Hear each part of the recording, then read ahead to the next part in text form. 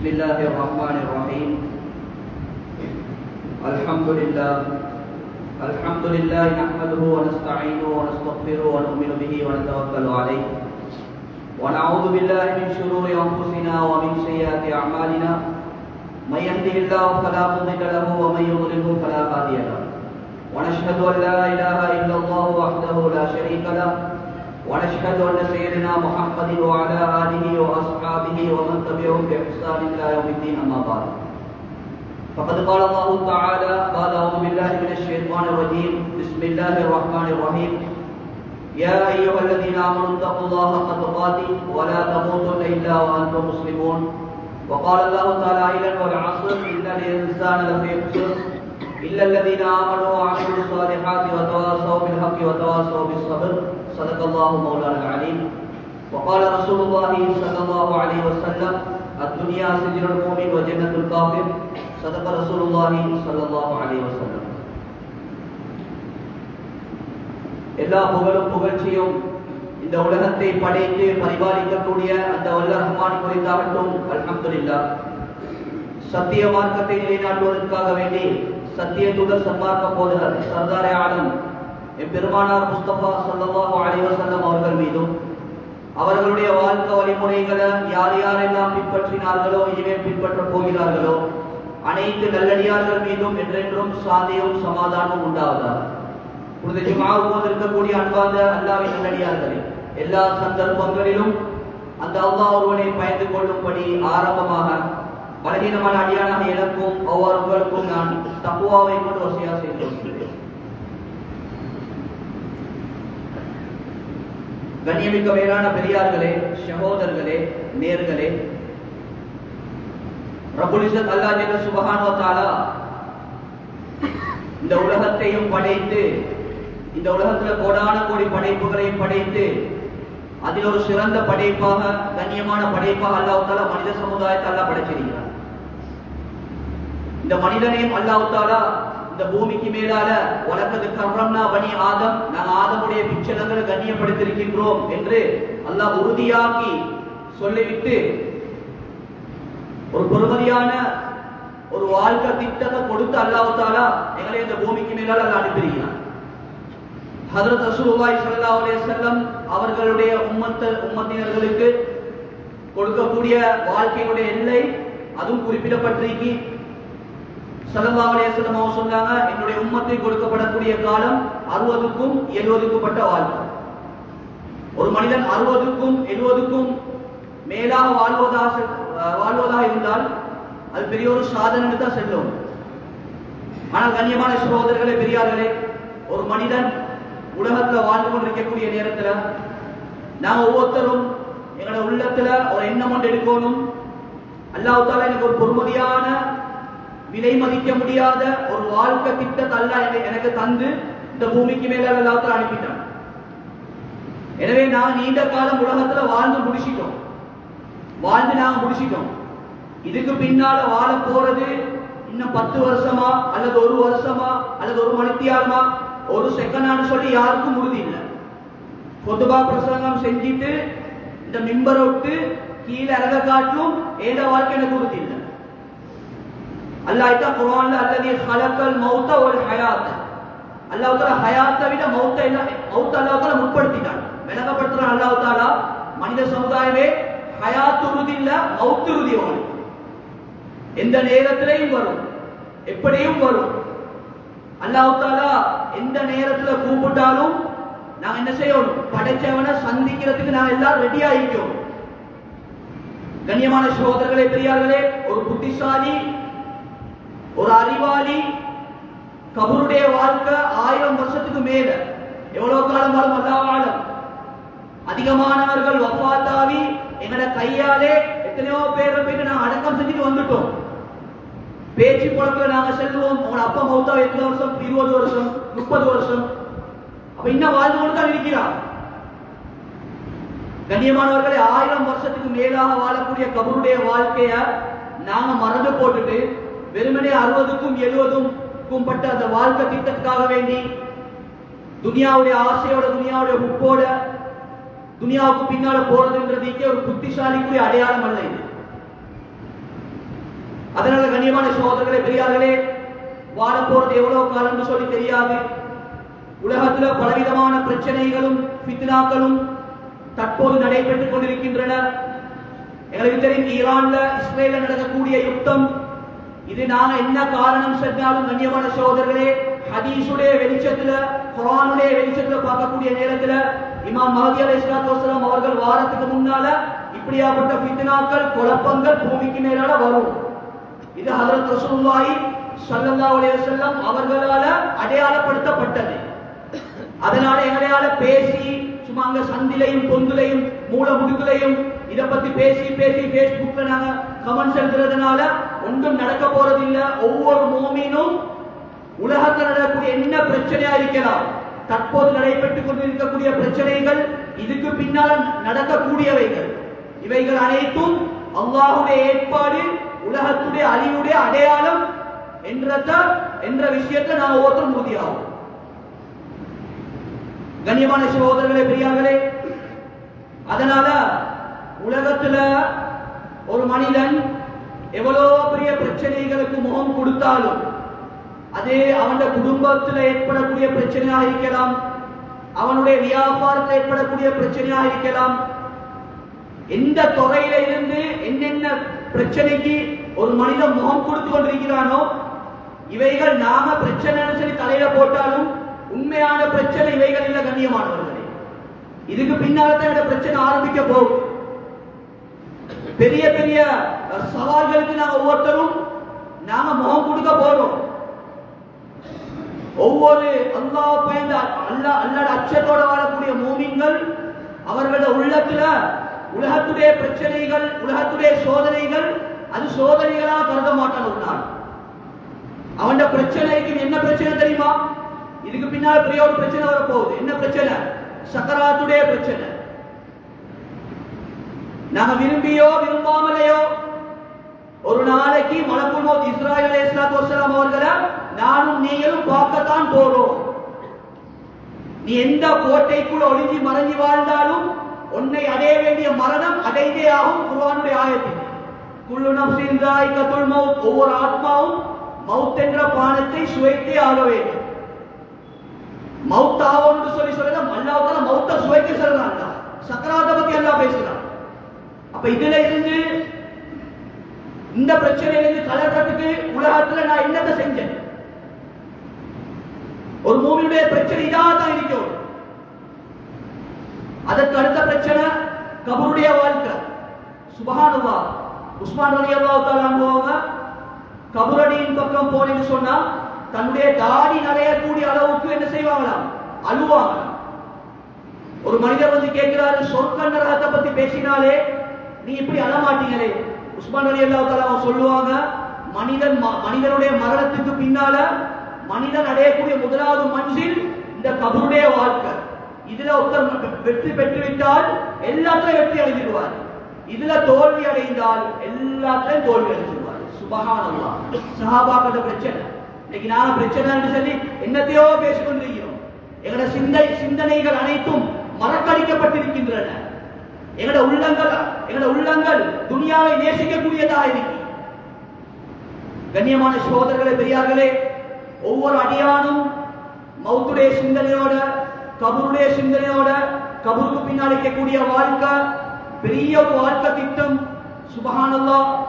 ஆகிரத்துடைய வாழ்க்கையும் துனியாவுடைய வாழ்க்கையும் ஒப்பிட்டு பார்க்கக்கூடிய நேரத்துல அங்க போனதன் பின்னால தான் விளங்கும், துனியாவுடைய வாழ்க்கையில நாங்க வாழ்ந்திக்கிறது குறைஞ்சது 2.5 மணித்தியாலம் தான். இப்ப எங்களுக்கு 60 வருஷம் 70 வருஷம் பெருசமா இருந்ததுக்கு நாங்க மௌத்தா போயிட்டு அந்த மஹ்ஷருடைய மைதானத்துக்கு போனதன் பின்னால தான் இது துனியாவா, துனியாட வாழ்க்கை இவ்வளவா என்றதை நாங்க யோசிப்போம்.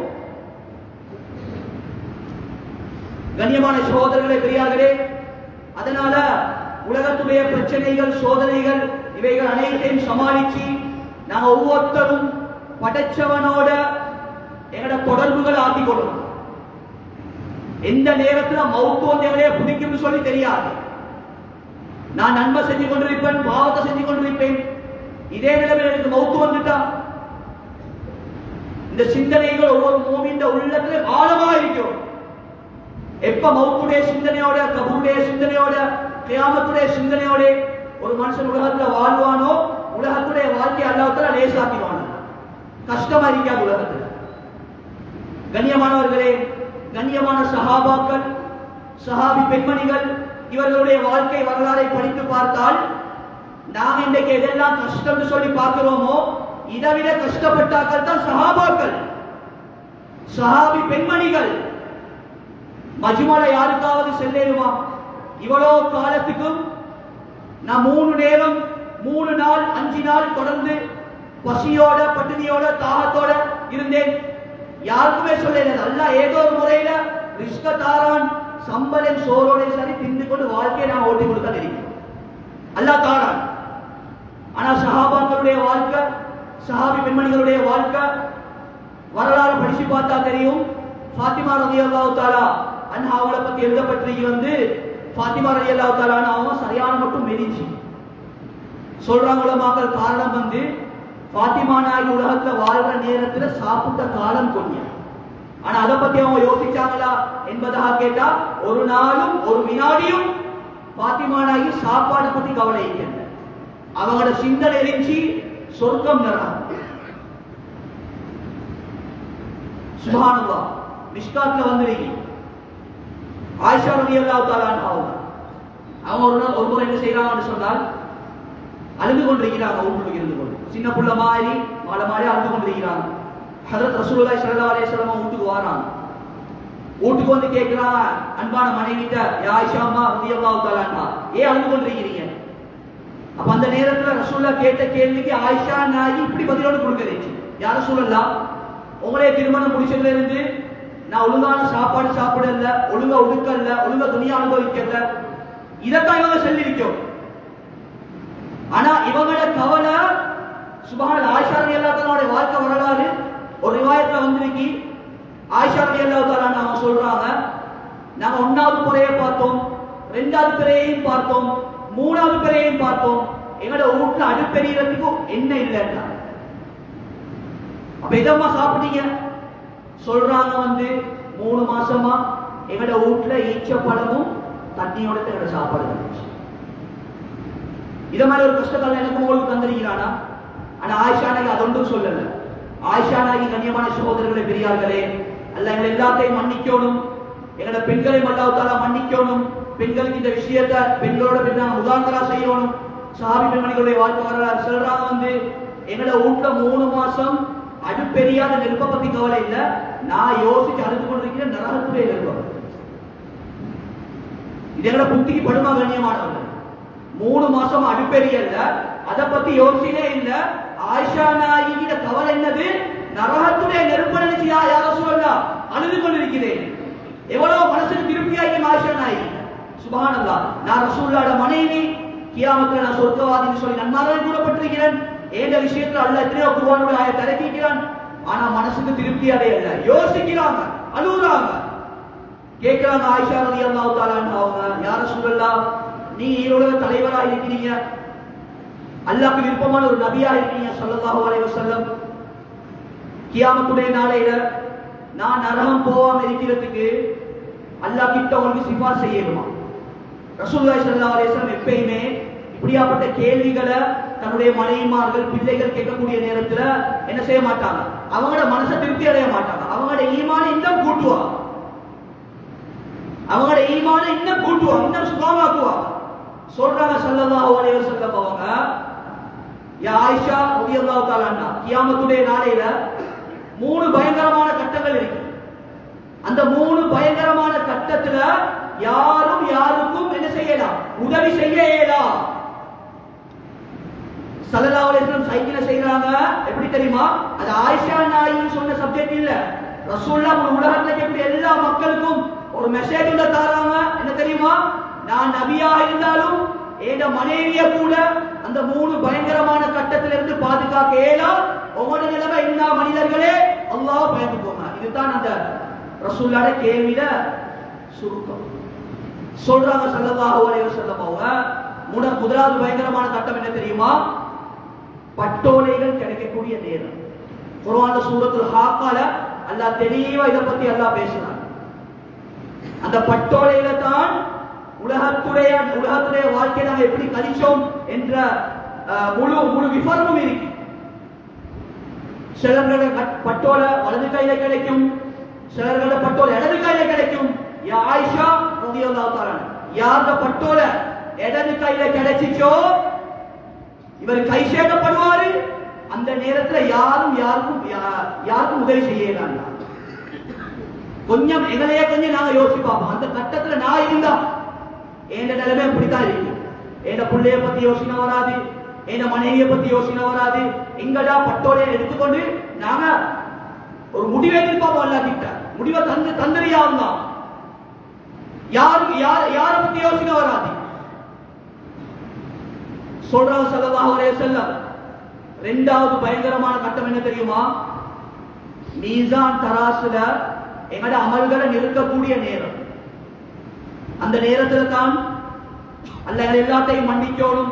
60 வருஷம் 40 வருஷம் 60 வருஷம் தொழுந்த தொழுகையினுடைய எங்கட பாஷையில தொழுகையினுடைய லட்சணங்கள் விளங்கும். நாங்க இன்றைக்கு ஒரு நோம்புக்கு 27 தௌபா பொழிவிச்சுட்டா, ஒரு 10 ஹஜ்ஜ செஞ்சிட்டா, 10 உம்ரா செஞ்சிட்டா, நாங்க எல்லாரும் திருப்தி அடைகிறோம். நான் சொர்க்கவாதின்னு சொல்லி அல்லாஹ் சொர்க்கமா நரகமா இந்த அமல் உடைய சொர்க்கத்தை கொண்டு சேர்க்குமான்னு சொல்லி அல்லாஹ் முடிவா காட்டுவான். அந்த கட்டம் தான். அந்த நேரத்தில் யாருக்கும் உதவி செய்ய இயலாது. யாருக்கும் உதவி செய்ய இயலாத கட்டம்.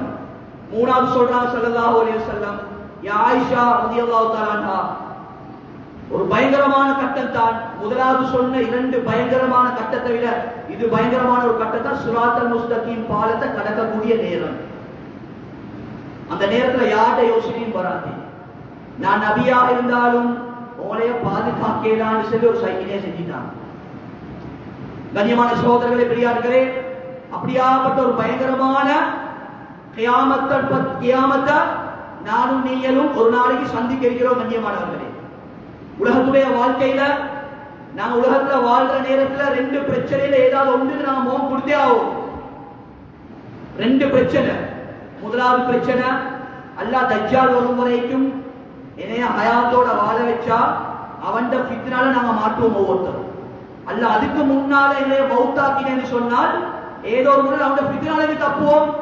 அடுத்த கட்டம் கபருடைய வாழ்க்கைக்கு பின்னால உள்ள ஒவ்வொரு விடயத்துக்கும் நாங்க ஒவ்வொருத்தரும் முகம் கொடுக்க போறோம்.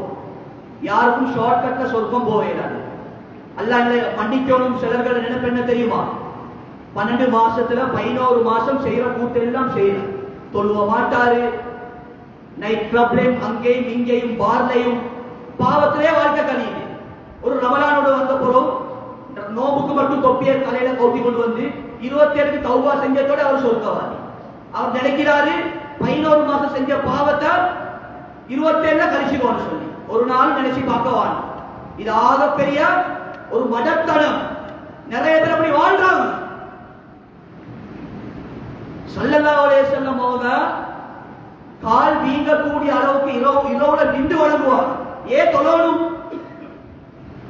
சஹாபாக்கள் அனைவர்களும் கண்ணியமான சகோதரர்களே, பெரியார்களே, சொர்க்கவாதின்னு சொல்லி நன்மாராய் கூறப்பட்டவர்கள். ஆனா அவங்களோட உள்ளத்துல என்ன சிந்தனை இருந்துச்சு? ஏழை இறுதி முடிவு எப்படி அமையுமோ தெரியா. கியாமத்துடைய நாளை நல்ல கேள்விகளுக்கு கேட்பானே, என்ன அவனோட முன்னால நிறுத்தாட்டுவானே, என்ன பதில் கொடுக்க போறேன்? இந்த யோசனையோட வாழ்ந்தார்கள் சஹாபாக்கள். எங்களுக்கு அந்த யோசனையே இல்லாம ஏதோ ஒரு அமைப்புல நாங்க வாழ்ந்துட்டு போறோம். கண்ணியமான சகோதரர்கள், பெரியார்களே, பயங்கரமான கியாமத்துடைய செய்திகள். சில வினாடிகளுக்குள் அதை எல்லாத்தையும் பேசி முடிக்கிற கண்ணியமான சகோதரர்கள், பெரியார்களே, ஒரு சில விடயத்தை மட்டும் பார்ப்போம். ஆயிஷா ரலியல்லாஹு தஆலா அன்ஹா அவங்க ஸல்லல்லாஹு அலைஹி வஸல்லம் அவர்களோட பேசிக் கொண்டிருக்கிறாங்க. புகாரில வரக்கூடிய ரிவாயத். அந்த நேரத்துல ஸல்லல்லாஹு அலைஹி வஸல்லம் அவர்கள் கேட்கிறாங்க, யா ரசூலல்லாஹ்,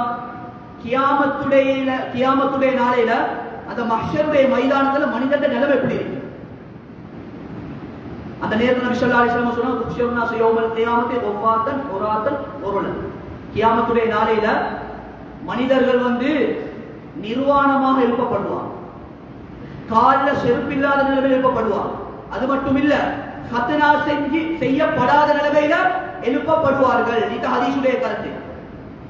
இந்த லேசா விளங்கிக் கொள்வது சொன்னா நாங்க ஆரம்பத்துல உம்மோட பௌத்தல இருந்து பிறக்க போக்கல, எப்படி நாங்க பிறந்தோமோ இதே போலதான் கியாமத்துடைய நாளையில ஒவ்வொரு மனிதர்களும் எழுப்பப்படுவார்கள்.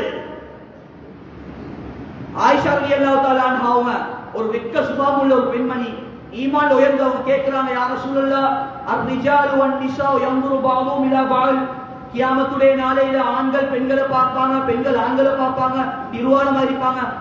அந்த நேரத்தில் அந்த யோசனையோடு வராதா? சொல்றாங்க ஸல்லல்லாஹு அலைஹி வஸல்லம், ஆயிஷா ரலியல்லாஹு தஆலா, கியாமத்துடைய நாளையில யாருக்கும் அந்த யோசனைகள் வராது. எல்லாரும் யா நஃப்ஸி யா நஃப்ஸின்னு சொல்லி அவங்களோட நிலைமையை பத்தி தான் யோசிச்சு கொண்டிருப்பாங்க. இப்ப இந்த டாபிக் இந்த ஹதீஸை வச்சு நாங்க ஒவ்வொருத்தரும் யோசிப்போம். கண்ணியமானவர்களே, உலகத்துடைய வாழ்க்கை, ஆகிரத்துடைய வாழ்க்கை. சும்மா உதாரணத்துக்கு, கண்ணியத்துடைய அல்லாஹ் நல்லடியார்களே,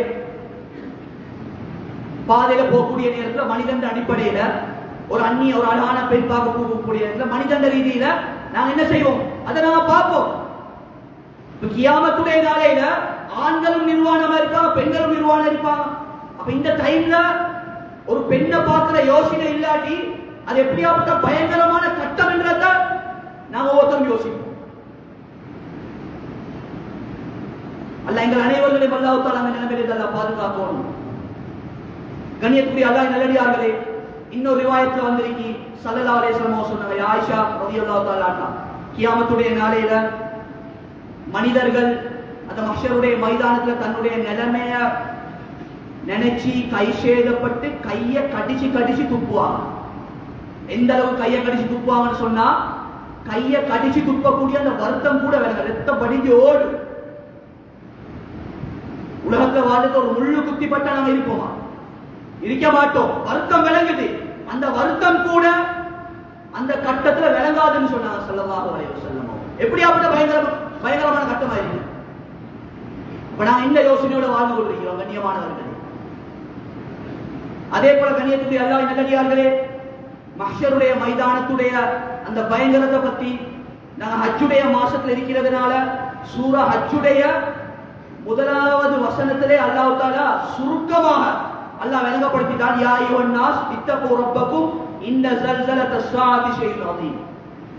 மனித சமுதாயமே, நீங்க அல்லாஹ்வை பயந்துக்கோங்க. பயங்கரமான அதிர்ச்சி ஊட்டக்கூடிய கியாமத்துடைய நாள், மகத்தான ஒரு கியாமத்துடைய நாள் உங்களை நோக்கி வர இருக்கின்றன. அந்த கியாமத்துடைய நாளையும் நீங்க பயந்துக்கோங்க. அது எப்படியாப்பட்ட நாள் தெரியுமா? யௌம தரவுனஹா ததஹலு குல்லு முர்லிஅத்தின் அம்மா அர்தஅத். அல்லாஹ் விளங்கப்படுத்துறான். அது எப்படியாப்பட்ட பயங்கரமான கட்டம் சொன்னா, ஒரு தாய் என்ன செஞ்சு கொண்டிருப்பா, தன்னுடைய பிள்ளைக்கு பாலை கொடுத்து கொண்டிருப்பா. அந்த கியாமத்துடைய பயங்கரத்தின் காரணத்தால அந்த பெற்ற தாய் தன்னுடைய பிள்ளைய கீழே போட்டு ஓடுவா. அவருக்கு விளங்காது, பிள்ளைய நான் கீழே போட்டேனே. நீ உலகத்துடைய வாழ்க்கையில் ஒரு தாய் பிள்ளைக்காக வேண்டி தூக்கம் விழிப்பா, பசிந்தாட உள்ளம் தாங்காது. அப்படியாப்பட்ட தாயின் நிலைமை அல்ல உதாரணம் காட்டுறான். எப்படியாப்பட்ட பயங்கரமான கட்டம். அது மட்டும் இல்ல, அல்லாஹ் தொடர்ந்து அல்லாஹ் தஆலா விளங்கப்படுத்துறான், அந்த கியாமத்துடைய நாளையில கர்ப்பிணி தாய்மார்கள் பிள்ளைய தானாவே பெற்றெடுத்துக் கொள்வாங்க. உள்ள கீழால புழும், அது கூட விளங்காது. எப்படியாப்பட்ட பயங்கரமான கட்டம். இந்த சூரத் ஹஜ்ஜுடைய சூறாலே அல்லாஹ் முழு உலகத்தில் இருக்கக்கூடிய எல்லா ஹாஜிமார்களுக்கும், ஹஜ் செய்யாத சாதாரண மனிதர்களுக்கும் அல்லாஹ் ஹஜ்ஜுடைய பாடத்தை முதலாவது விளங்கப்படுத்துறான். ஹாஜிமார்களே, நீங்க 10 ஹஜ் முடிச்சதாக இருக்கலாம், 10 உம்ரா முடிச்சதாக இருக்கலாம், நீங்க ஹாஜியா இருக்கலாம், நீங்க என்ன பேரையும் போட்டுக்கோங்க. ஆனா ஹஜ்ஜுடைய நோக்கம் உங்களுக்கு இஹ்ராம் துணி அணியப்படுது. இஹ்ராம் சொல்றது என்ன தெரியுமா? அது ஒரு கஃபன் புடவை மாதிரி ஒரு புடவை, அதுதான் சுத்தப்படும். எவ்வளவு பெரிய பணக்காரனா இருந்தாலும், எவ்வளவு பெரிய கோடீஸ்வரனா இருந்தாலும், நாட்டுடைய ஜனாதிபதி இஸ்லாத்துக்கு வந்தாலும் அதைத்தான் அவருக்கு ஹஜ் செய்யும். நான் ஜனாதிபதியே, எனக்கு கோட் சுத்தம், அவருக்கு அது செல்ல ஏழா சட்டம். அல்லாஹ் விளங்கப்படுத்துற ஹாஜிமார்களுக்கு, ஹாஜிமார்களே, உங்களுக்கு அணியக்கூடிய அந்த இஹ்ராமுடைய துணிக்குத்தானே ஒரு நாள் ஒன்று வரும். அந்த நாள்ல நீங்க மௌத்தாவுவீங்க. மௌத்தா போனதன் பின்னாலே நீங்க எவ்வளவு பெரிய பெருமதியான ஆடைகள் அணிஞ்சாலும், பெருமதியான மோதிரம் கையில போட்டிருந்தாலும் அதையும் கலட்டிட்டு அவங்களுக்கு இந்த இஹ்ராம் துணியால தான் கஃபன் புடவையால 2 சுத்து சுத்துவாங்க. அந்த நாளை நீங்க நினைச்சுக்கோங்க. இதுதான் ஹஜ்ஜுடைய சுருக்கம். இதைத்தான் இந்த ஆயத்தில் அல்லாஹ் விளங்கப்படுத்துறான். கியாமத்துடைய செய்திய அல்லாஹ் ஒவ்வொரு ஹாஜிமார்களுக்கும் ஞாபகப்படுத்துறான். கியாமத்துடைய பயங்கரத்தை பத்தி அல்லாஹ் தஆலா சொல்றான். இப்படியாப்பட்ட ஒரு பயங்கரமான கட்டத்தை நீங்க ஒவ்வொருத்தரும் சந்திக்க இருக்கிறீங்க. அல்லாஹ் விளங்கப்படுத்துறான். சுப்ஹானல்லாஹ். கண்ணியமான சகோதரர்களே, பெரியார்களே, அது மட்டும் இல்ல, கியாமத்துடைய நாளையில ஸல்லல்லாஹு அலைஹி வஸல்லம் அவங்க சொன்னாங்க ஒரு மனிதன்ட்ட 4 கேள்விகள் கேட்கப்படும். இன்னொரு ரிவாயத் 5 கேள்விகள் சரி வந்திருக்கு. தாண்ட வாலிபத்தை பத்தி கேட்கப்படும், தாண்ட கால நேரத்தை பத்தி கேட்கப்படும், பணத்தை எப்படி செலவழிச்சீங்க, எந்த வழியில எப்படி சம்பாதிச்சீங்க, எந்த வழியில செலவழிச்சீங்க கேட்கப்படும். அது பயங்கரமான கட்டம். ஸல்லல்லாஹு அலைஹி வஸல்லம் மன் நூகிஷல் ஹிசாப் ஃபக்கத் உஸிப. நபி அவங்க சொன்னாங்க, யார் கேள்வி கணக்குக்கு அல்லாஹ் கிட்ட வசமா மாட்டினானோ அவன் நாசமடைஞ்சிட்டான். ஒவ்வொரு உலகத்துடைய வாழ்க்கையுடைய ஒவ்வொரு வினாடிக்கும் நாங்க பதில் கொடுக்கணும். நாங்க எப்படி சம்பாதிச்சோம், எந்த வழியில செலவழிச்சோம். பணக்காரர்களே, செல்வந்தர்களே, அல்லாஹ் உங்களுக்கு சொத்து செல்வத்தை அல்லாஹ் தந்திருக்கிறான். இந்த சொத்து செல்வத்தை எங்களுக்கு தந்தது ஆடம்பர வாழ்க்கை வாழ்றதுக்கு அல்ல, ஆடம்பர கல்யாணம் எடுக்கிறதுக்கு அல்ல. இந்த சொத்து செல்வங்கள் ஒவ்வொன்றும் அல்லாஹ்வுடைய அமானிதம், அல்லாஹ்வுடைய பெரிய ஒரு அருள். அதே போல ஒரு அமானிதம். கியாமத்துடைய நாளில் ஒவ்வொரு ரூபாய்க்கும் அந்த கேள்வி கணக்கின் போது நாம கணக்கு காட்டியே ஆகும். உஸ்மான் ரலியல்லாஹு தஆலா அவங்க பயந்தாங்க இந்த ஹதீஸை கேட்டதற்கு பின்னால். யா ரசூலல்லாஹ், எனக்கும் அல்லாஹ் சொத்தை தந்திருக்கிறான், செல்வத்தை தந்திருக்கிறான். இன்னொரு ரிவாயத் நபி அவங்க சொன்னாங்க, ஒரு செல்வந்தன் ஏழைகள் சொர்க்கத்துக்கு போய் 500 வருஷத்துக்கு பின்னால தான் செல்வந்தர்கள் சொர்க்கத்துக்கு போவாங்களாம். இந்த ஹதீஸுடைய கருத்து செல்வந்தர்களை தாழ்த்தி ஏழைகளை உயர்த்தி பேசுறதுங்க கருத்தொண்டல்ல. அல்லாஹ் ரசூலை விலகப்படுத்துறாங்க. உனக்கு சொத்து செல்வம் தந்தது ஒரு நியாமத், அந்த நியாமத்தை நீ நியாமத்தா பயன்படுத்தினா அந்த கேள்வி கணக்குல நீ தப்பேலும். அப்படி இல்லாட்டி கியாமத்துடைய நாளையில அல்லாஹ் புதியா புடிச்சிட்டான்னு சொன்னா ஒவ்வொரு ரூபாய்க்கும் கணக்கு காட்டும்.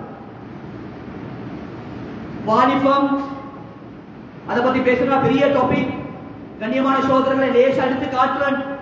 வாலிபத்தை எப்படி கழிச்சீங்க கியாமத்துடைய நாளையில கேட்கப்படும். எங்களை இன்னைக்கு வாலிபர்கள் அந்த கவுன்சிலிங்குடைய லைன்ல இருக்கிறனால சொல்றோம், மிக பயங்கரமான ஒரு ஒரு ஒரு பாதையை நோக்கி எங்களோட வாலிப சமுதாயம் போய் கொண்டிருக்கி. ஒரு உதாரணத்துக்கு சொல்றேன் கண்ணியமான சகோதரர்களே, இலங்கை நாட்டுல ஒரு மஸ்ஜிதுடைய நிர்வாகத்துக்கு ஒரு 90-80 வயசு ஒரு தாய் கால் பண்ணி தன்னோட பிள்ளைய பத்தி கம்ப்ளைண்ட் பண்றா.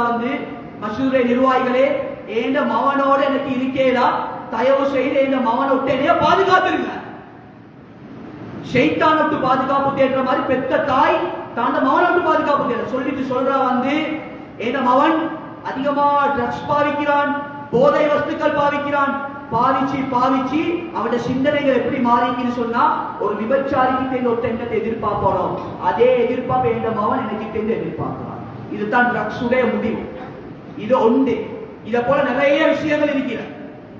இப்படி பயங்கரமான ஒரு பாதையை நோக்கி எங்கட வாலிப சமுதாயம் போய்கொண்டிருக்கி. அன்பான வாலிபர்களே, கியாமத்துடைய நாளையில முதல் கேள்வி வாலிபத்தை பத்தி. உன கால நேரத்தை எப்படி கழிச்சாய், உன வாலிபத்தை எப்படி கழிச்சாய், இதுக்காக நான் என்ன தயார் செஞ்சு வச்சேன், அந்த கட்டத்தை அடைஞ்சேன்னு சொன்னா நான் என்ன பதில் கொடுக்க போறேன். ஒவ்வொருத்தரும் யோசிப்போம் கண்ணியமானவர்களே. எங்களோட கால நேரங்கள் பொறுமதியானது.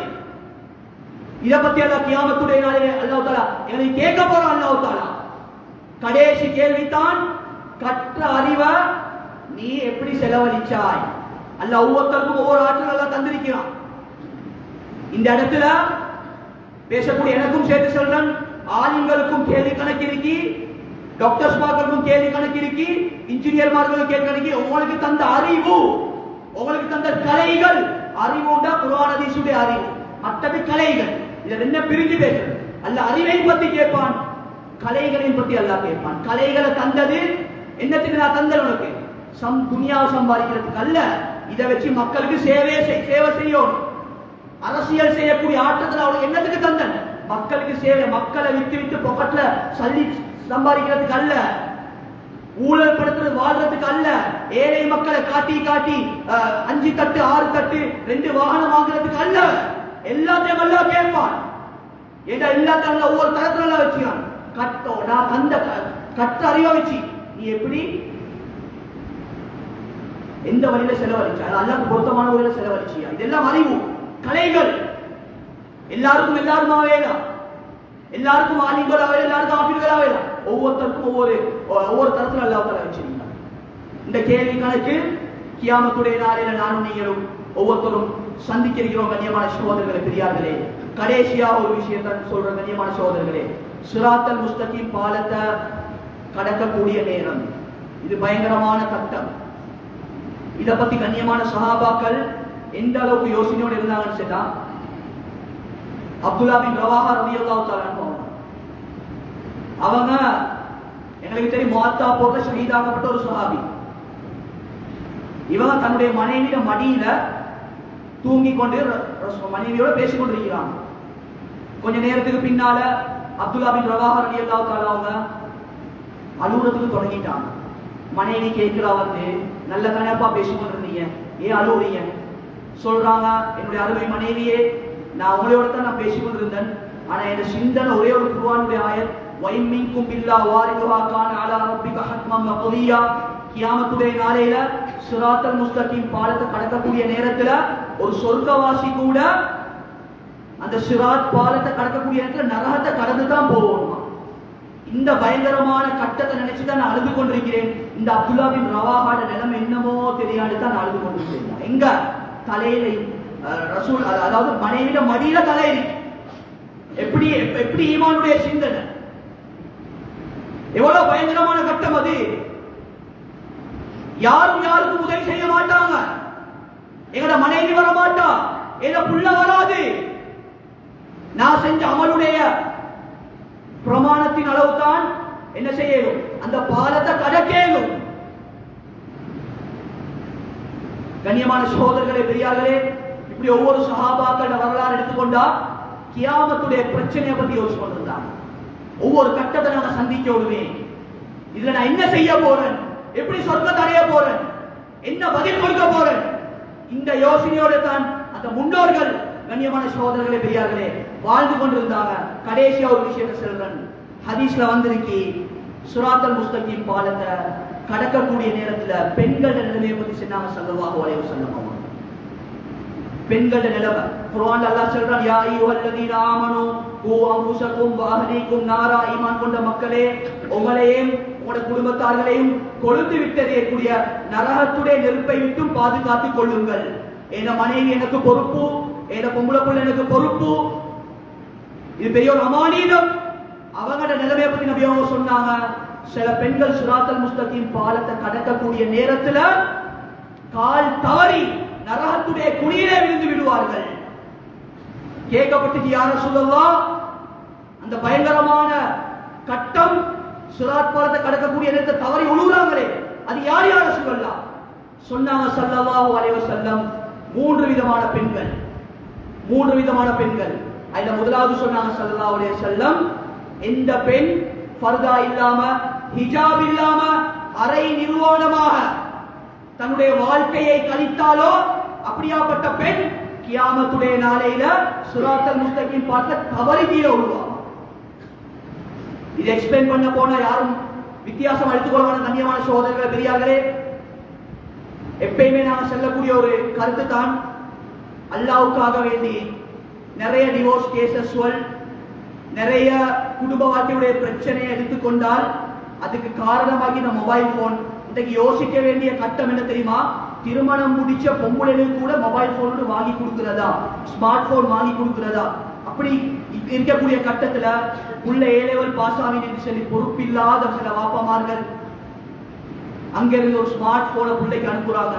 அந்த ஸ்மார்ட் போன்ல புள்ள என்னத்தை செய்து, யாரோட பழகுது, என்ன செஞ்சு கொண்டிருக்கி, இன்னைக்கு டிக்டாக்ல சீரழிகிறது என்ற குமரு புள்ளைகள். யாரும் வித்தியாசம் கிடைக்கிற வார்த்தைகளை கண்ணியமானவர்களே, எவ்வளவு பெரிய அநியாயம். ஃபாத்திமாட பரம்பரையிலிருந்து வந்த எத்தனையோ ஃபாத்திமாக்கள் டிக்டாக்ல, ஃபாத்திமாட பரம்பரையிலிருந்து வந்தவர்கள், அதாவது மறைமுகமான எத்தனையோ விடயங்களை அந்நிய ஆண்களுக்கு காட்டிக் கொண்டிருக்கிறாங்க. அல்லாஹ் பாதுகாக்கணும். என்ன மவளும் இருக்கிறார், என்ன மனைவியும் இருக்கிறார். இதே நிலைமையில மௌத்து வந்தா அந்த சிராத் பாலத்துல சருகி கீழே விழுவாங்களே, அந்த காட்சியை கண்ணால நான் பாப்பனே. இந்த சிந்தனை பொறுப்புதாரிகள் எங்கள்கிட்ட இல்லையா கண்ணியமானவர்களே? மாப்பிள்ளை கொண்டாட்டி சேர்ந்து சோசியல் மீடியால கூட்டடிச்சு கொண்டிருக்கிறான். அதனால திருமணம் முடிக்காத பொம்பளை பிள்ளைக்கு அல்லாவுக்காக வேண்டி ஒரு ஸ்மார்ட் போனை வாங்கி கொடுத்து, உங்களுக்கு கெட்ட பேரை வாங்கி கொடுத்து, ஊருக்கு சாபத்தை எடுத்து கொடுக்கிற வானம். இது ஒரு புத்திமதியா இல்லைங்க.